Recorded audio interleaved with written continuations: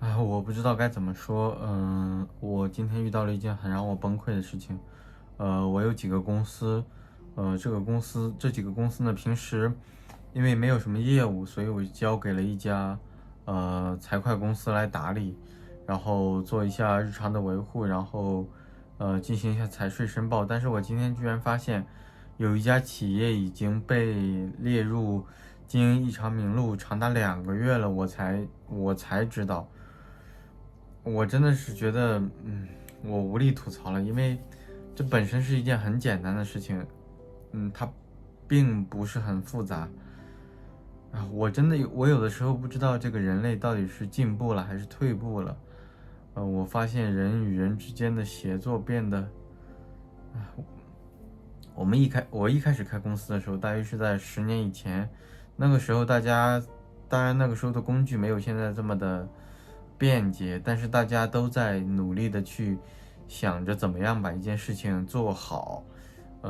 但是现在大家好像更加的追求所谓的效率，就是我先完成，不管好不好，先完成了。就像我开的这个新频道一样。我还是比较传统的，嗯，我其实在开这个频道之前，我还在思考要不要去买一些音乐授权，然后剪辑工具的授权，就是肖像的授权，前期后期摄影机道具跟焦。但是我发现你越来越没有办法和这些新的互联网公司去竞争，他们没有那么完善的相应的制度。但是他们的出片非常的快，他们有可能这一条片子不火，他们能接着去切换下一个片子，可能他们能更加随心所欲的去选择一些免费的工具。我不知道这样到底是效率的提升还是效率的下降。我还是希望所有的环节都能分到钱的，无论是前期拍摄，包括嗯演员的工资啊，还有剪辑软件，还有音乐，还有后期，还有导演、制片。就是我是希望不那么卷。就是所有人都能分到钱。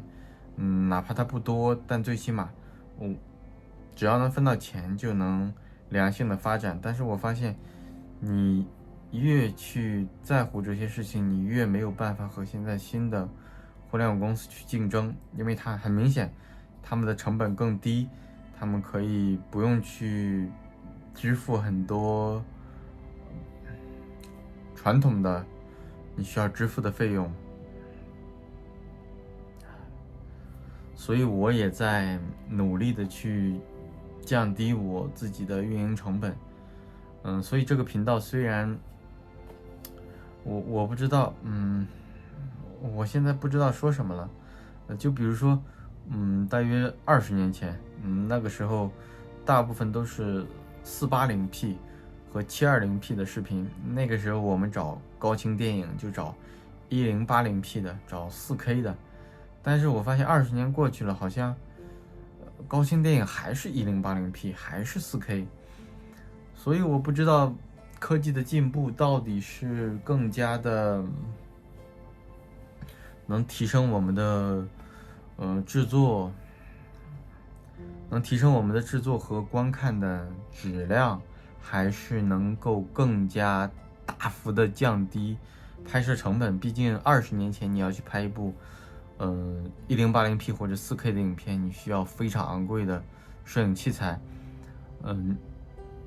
才能制作。但是现在实际上正在拍摄这支4K 影片的设备就是一支最新的iPhone 15 Pro， 而且它是前置摄像头。我相信